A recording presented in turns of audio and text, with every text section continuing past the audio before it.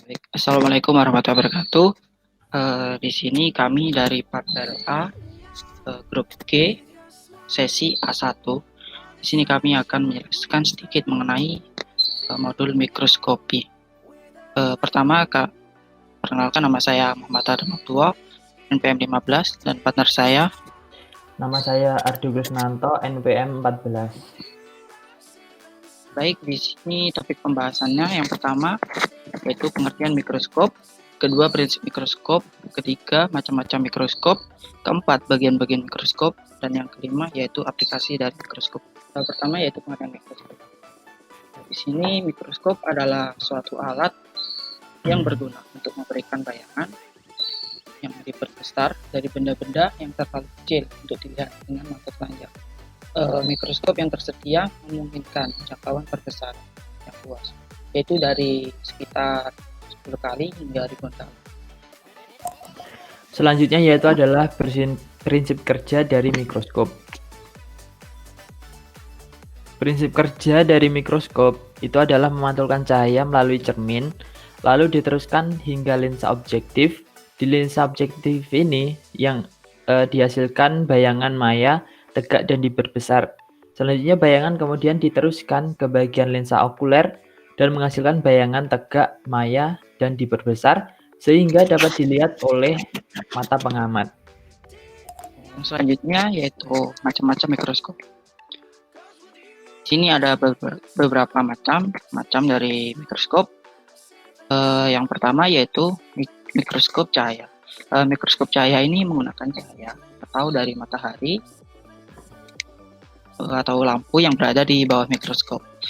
Perbesaran dari mikroskop cahaya ini sekitar 10 sampai 1000 kali. Kemudian yang kedua yaitu mikroskop stereo. Mikroskop stereo ini digunakan untuk benda yang berukuran relatif besar. Perbesaran ini sekitar 7 sampai 30 kali.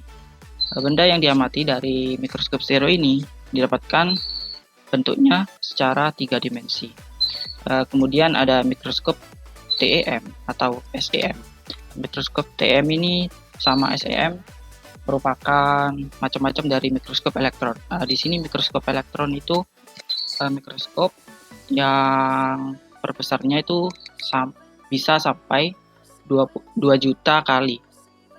Yang pertama yaitu mikroskop TEM. TEM ini menggunakan elektron kan dari elektrogan dan menghasilkan perbesaran pada permukaan objek. Kemudian untuk mikroskop SEM, mikroskop ini juga menggunakan elektron dan menghasilkan perbesaran sampai vertikal menembus ke dalam objek. Selanjutnya yaitu adalah bagian-bagian mikroskop. Berikut merupakan bagian-bagian dari mikroskop. Yang pertama yaitu adalah lensa okuler. Lensa okuler ini adalah lensa yang digunakan untuk memperbesar bayangan yang dibentuk oleh lensa objektif. Yang kedua adalah tabung mikroskop. Tabung mikroskop ini adalah penghubung antara lensa okuler dengan lensa objektif. Yang C adalah revolver. Revolver ini adalah digunakan untuk mengganti lensa objektif perbesaran lemah atau lensa objektif perbesaran kuat. Yang D dan E merupakan lensa objektif. Yang selanjutnya adalah yang F. F itu adalah meja mikroskop untuk meletakkan objek yang akan diamati. Selanjutnya yang G adalah klip. Klip itu adalah untuk menahan agar untuk menjepit kaca preparat. Lalu yang H adalah ada kaki mikroskop untuk sebagai alas tumpuan mikroskop berdiri. Selanjutnya yang I adalah cermin untuk memantulkan cahaya. Lalu ada J yaitu adalah diafragma. Diafragma adalah untuk mengatur banyaknya cahaya masuk ke objek. Yang selanjutnya adalah K, lengan mikroskop atau pegangan, yaitu digunakan untuk memegang mikroskop. Yang L adalah pemutar halus dan juga M untuk pemutar kasarnya. Kemudian yang terakhir yaitu aplikasi mikroskop dalam perindustrian. Dalam industri, mikroskop optik banyak digunakan untuk banyak aplikasi.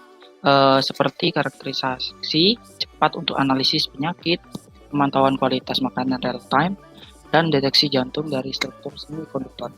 Pengembangan pencitraan teknik juga menyediakan alat untuk memperluas manusia pengetahuan sebagai pengamatan kita terhadap dunia ini adalah dasar dari eksplorasi dan pemahaman kita. Untuk banyak bidang penting seperti penelitian biologi, industri makanan, klinik, dan manufaktur semikonduktor, dan mikroskop optik konvensional yang bekerja di udara sekitar adalah sangat penting karena operasi bergantung langsung pada deteksi cepat bahan kimia, mikroba, atau cacat. Selanjutnya yaitu adalah hasil percobaan pembesaran menggunakan mikroskop. Dapat kita lihat berbagai macam bahan yang diperbesar menggunakan mikroskop, yaitu ada bahan yeast, ada tepung, ada jagung, ada kentang, ada kapuk, dan ada air got dan juga bawang merah. Sekian presentasi dari kelompok kami. Apabila ada kurangnya, kami mohon maaf. Wassalamualaikum warahmatullahi wabarakatuh.